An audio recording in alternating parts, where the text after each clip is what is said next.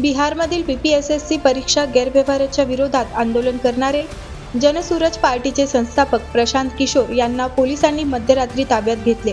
प्रशांत किशोर हे गांधी मैदानावर आंदोलन करीत होते. आज पहाटे 5 वाजण्याच्या सुमारास अंधारातच ते झोपले असता पोलिसांनी त्यांना उचलले.